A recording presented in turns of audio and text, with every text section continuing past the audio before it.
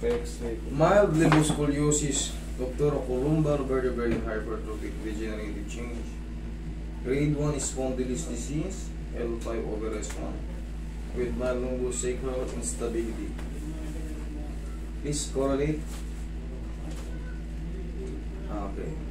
Hypertrophic degenerative osteoarthritis pubis.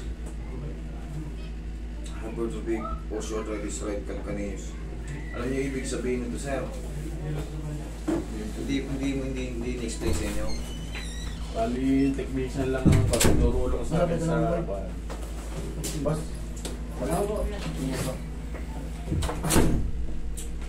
Ngayon, sir, itong nando, meron kayong liboscoliosis, ano ibig sabihin ito? Sa thoracolumbar, ibig sabihin tabingi yung spine nyo. Tabingi. Tapos yung osteodegenerative, hypertrophic osteodegenerative, the same din yan. Spondylolisthesis tsaka mild lumbar instability sa L5 over S1. Talagang magkakaroon ka ng likong likod pag may instability na sinasabi sa baba. Tapos yun nga, liboscoliosis sa thoracolumbar. Thoracolumbar means thoracic at lumbar pinagsama. Ibig sabihin ng thoracolumbar. Abot dito sa gitna. Dito naman sa sa degenerative osteoarthritis, itong tuhod nyo tsaka yung calcaneus nyo, maraming mga spine na nakikita. Kaya pag nilakad nyo, pag nakakain kayo ng bawal, Tsaka yung pag nilakad ako ng medyo matagal, wala na, mga ngawit na yun, masakit na yan. Sakit na. Ano na hypertrophic nga eh. Bunga na rin ang pagkaedad dyan, mas aggressive nga lang yan. Pagka hindi nyo minamassage yung tuhod, yung massage yung tuhod nyo, kailangan nyo. Hindi, napapanood ko nga yung pan mo eh. Ganun lang. Okay. Ngayon sa balakang nyo, gano'n siya kasakit? O range to 10 ngayon? Pag matagal akong nakaupo, Tapos matagal na nakatayo, yan, sakit. Hanggang dito na yan, manhid. Manhid? Manhid siya.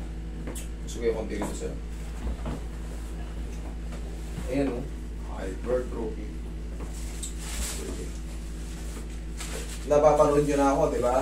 Sa balakang discard niya pagising sa umaga kasi umiidad tayo eh. Senior citizen na tayo. Kahit pa paano, hayaan nyo siyang tumunog, mahalaga yun. Lalo kayo may arthritis kayo. Ang arthritis kasi, hindi porkit tuhod lang nakitaan ng ano, meron din yan. Tumatama rin sa mga siko yan, sa lahat ng joint, sa balakang, tumatama rin yan dyan. Minsan nagsasabay-sabay sila. Oo, minsan ang tawag dyan, sa common sa balakang yung degenerative change. Yun din yung osteoarthritis eh, yung degenerative change. Ang pinagkaiba nga lang nun, may disc kasi yung sa balakang. Meron tayong tinatawag na annulus disc or annular. Sa tuhod naman, hindi kasi nasisira ng ano yun eh, ng osteoarthritis basta-basta yung meniscus eh, sa labas lang siya eh.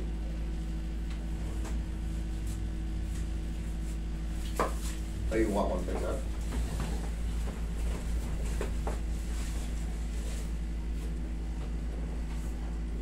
Yan. Okay, kang patagilid.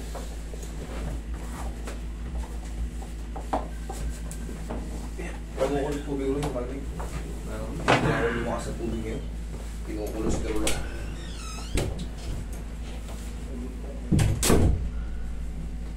Relax na.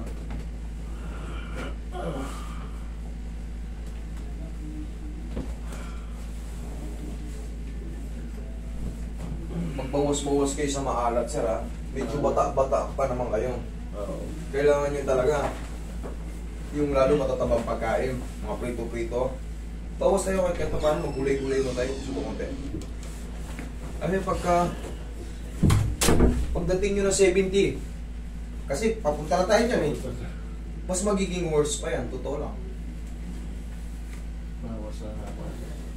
Bawas na sa mga mamamantika, sobrang aalat ng pagkain.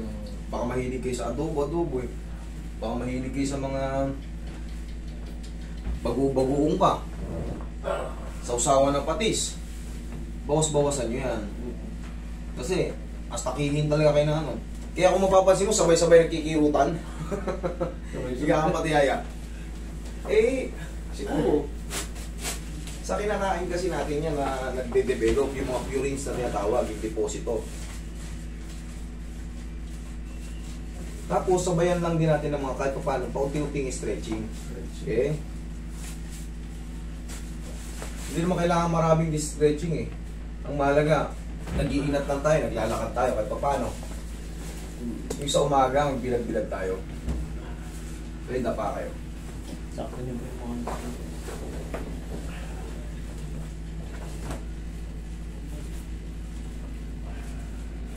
San, ano bang hilig yung pagkain ngayon? Yung mga binanggit ko?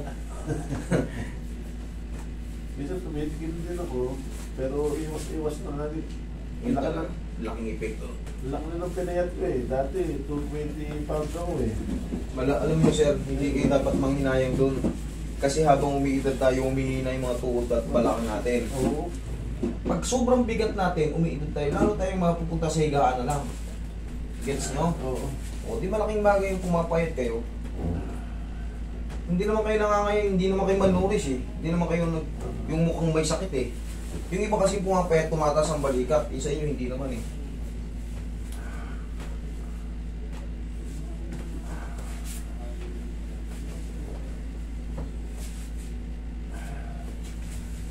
Okay. Mamaya check natin itong tuhod nyo.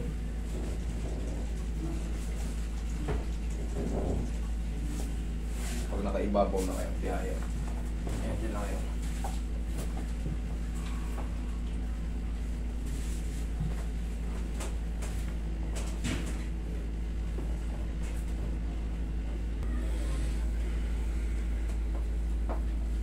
Yung sobrang sakit ng katawan ng bagong pahilot ka, tapos nakamotor ka. Tapos ang uwi mo, ano? Project 8. Sakto yung ulan. Tihaya ka. Kaya kayo, sir? Tihaya. Sigurado. Mataas po yung barang. Baka lagnatin ka, no?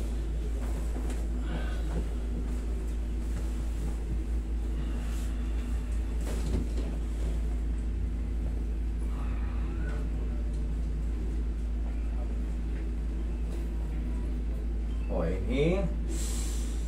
Exhale.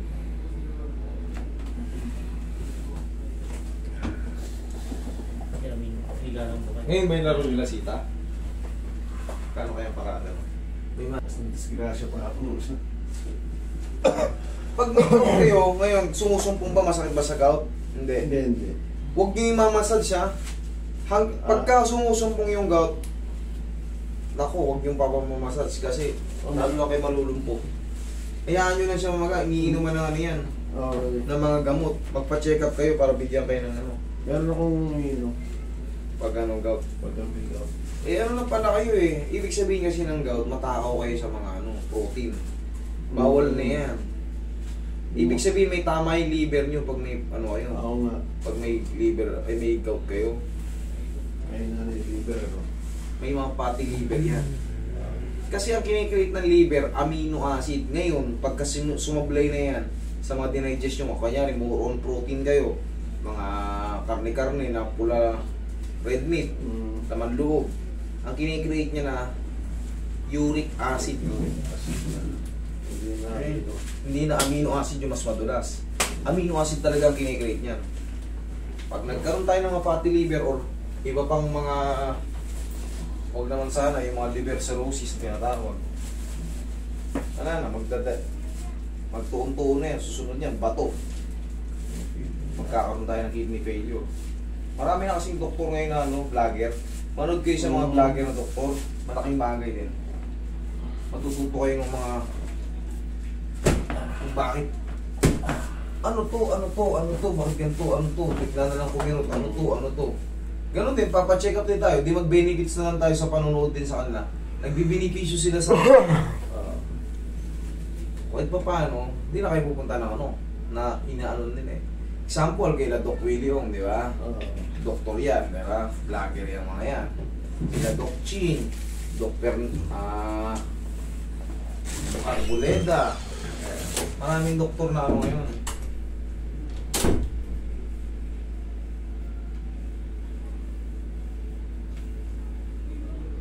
deposito. Yan o, mga deposito yan. Diyan nag-umpisa eh. Diyan yan magsisimula. Oo. Pero yan, huwag yung mamassage yan ha. Huwag yung dudurugin yan. Malulumpo kayo lalo niya, maniwala kayo.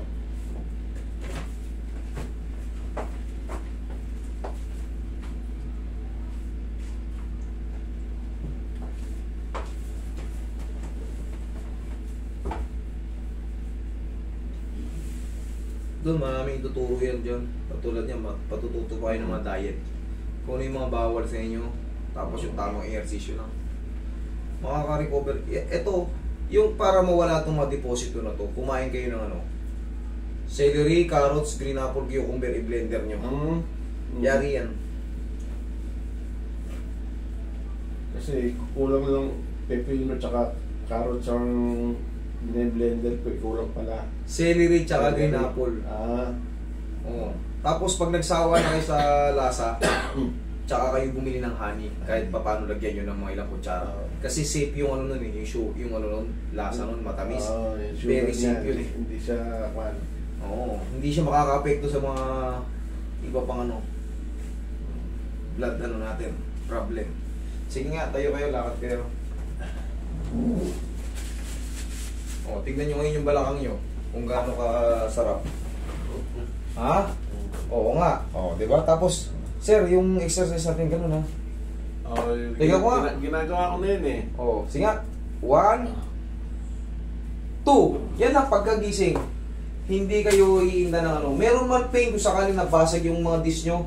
Pero yan talaga sa inyo, ganun eh. Hyper, puro may meron kayong spondylolisthesis eh. Tapos meron kayong ano. Yun lang sagot dyan, kahit pa paano. Sumasakit talaga na nyo. Tapos, ganun lang ang haplos yan. Oh. Ganun lang ang power. Okay? Okay. Okay na? Okay. Thank you. Thank you, thank you.